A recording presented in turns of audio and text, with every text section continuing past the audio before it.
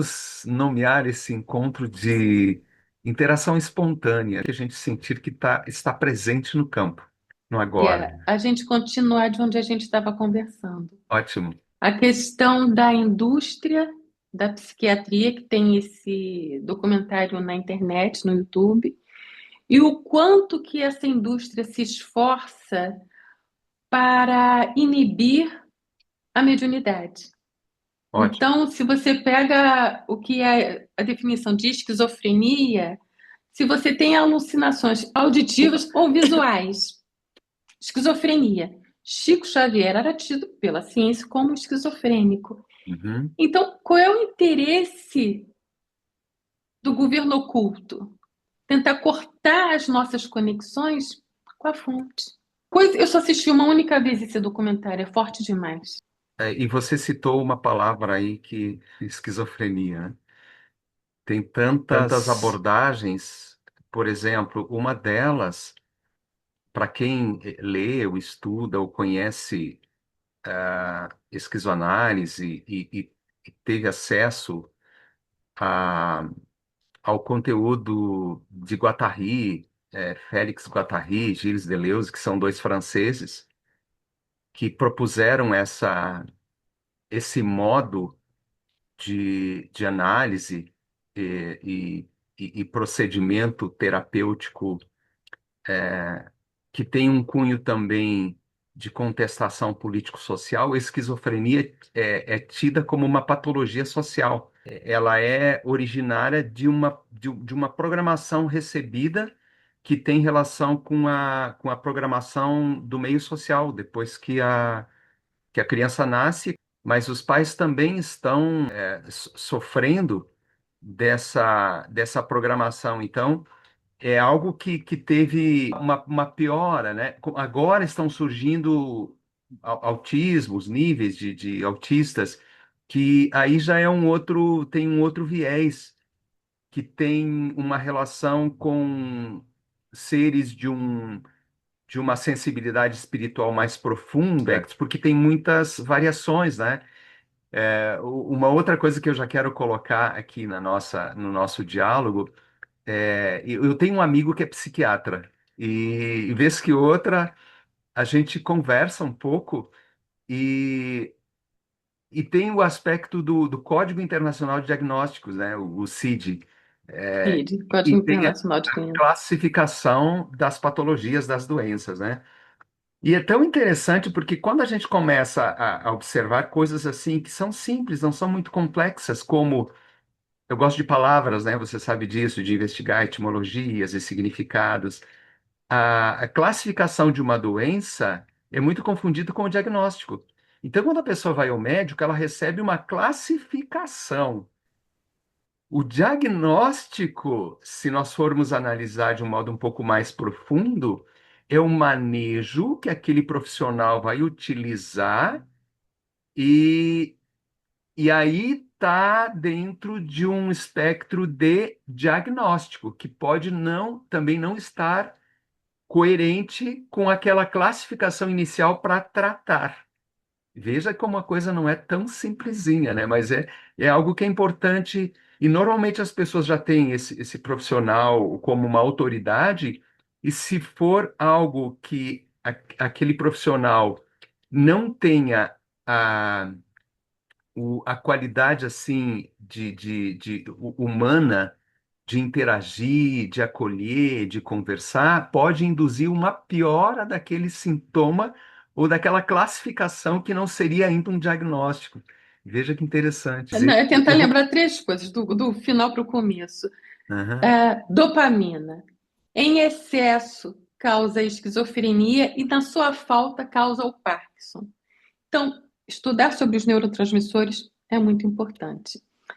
A questão do autismo. Até algum tempo atrás, eu era criança, a gente escutava no espiritismo: o autista foi um suicida. E isso é um preconceito. Então, eu acho que tem muita coisa nas próprias obras espirituais, né, psicografadas, que precisam ser revistas, porque nós sabemos que muitos autistas são seres com luz que estão vindo para cá para ajudar. E o terceiro, que foi logo no início da sua fala, a questão de como nós nos comportamos no meio. Tem um filme, se eu não me engano, se chama A Terceira Onda. O professor de história está ali explicando como foi o processo do nazismo. E os alunos falam assim: não, é impossível, imagina, isso não seria possível. Aí o professor cria o experimento. Metade da turma age como presidiários, né, nos campos de concentração, e a outra metade são os guardas. E aquela dinâmica vai tomando os dias. E a coisa vai se agravando. Aí o professor fala: acabou, era só para vocês entenderem, o processo acabou. E eles queriam continuar. Quem era prisioneiro queria continuar sendo prisioneiro, quem era, enfim, né, seriam os nazistas, queriam continuar. Então, o quanto de programação, e depois teve outra, uma série recente também, eu acho que foi na Netflix, que fala sobre isso, que você, às vezes, começa com uma ideia boa, você chama outras pessoas, daqui a pouco essas pessoas se juntam e elas deturpam o objetivo. Então, eu fico pensando, aí eu jogo a bola de volta para você, de que forma a gente pode evitar esse tipo de problema quando a minha caminhada é solo, então eu ando sozinha. Mas quando existe um grupo, de que forma a gente pode evitar que o objetivo se perca? Através do ego inflado.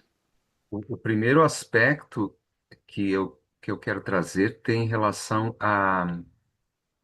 direto ao conhecimento de si, ao autoconhecimento.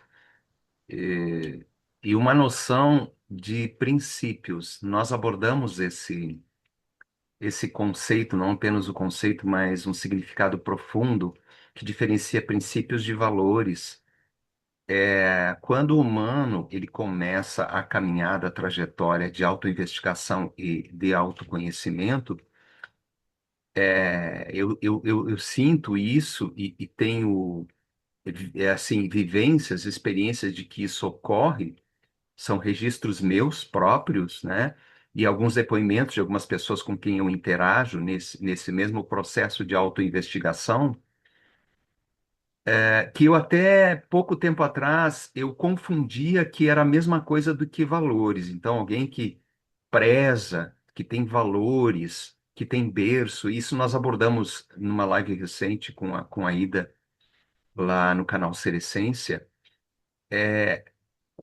A noção ou uma prevenção de que isso que você citou ele não ocorra é uma eu chamo isso de autodisciplina, de lembrar destes princípios e ter consigo uma ressalva.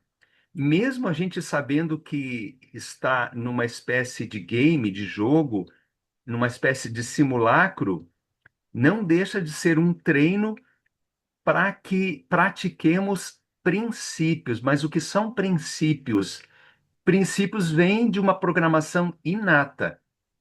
Teoricamente, eu digo teoricamente, todos os humanos têm um, dois, três, quatro ou até mais princípios que a gente pode nomear de benevolentes no sentido de que eu não faço para mim o que eu não quero para o próximo, porque é aquela questão assim do somos um, tem para mim tem essa pegada. Não dá para cair numa ilusão de que somos todos um. Se isso culminar numa mente de colmeia e todos obedecerem a um centro ou a uma voz interna que comanda e todos obedecem. O somos um, no meu entendimento, Teresa, é ter essa noção e que pode ser apenas uma generalização, que não é para ser uma generalização, é que estamos interconectados. É muito difícil de compreender. O que é exatamente? Eu passo para você. Hum, é, Na minha, é, na minha bússola interior, eu sinto a fonte criadora.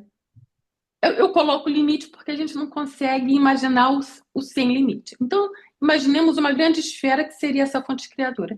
E ela tem filamentos que são as centelhas individualizadas da fonte.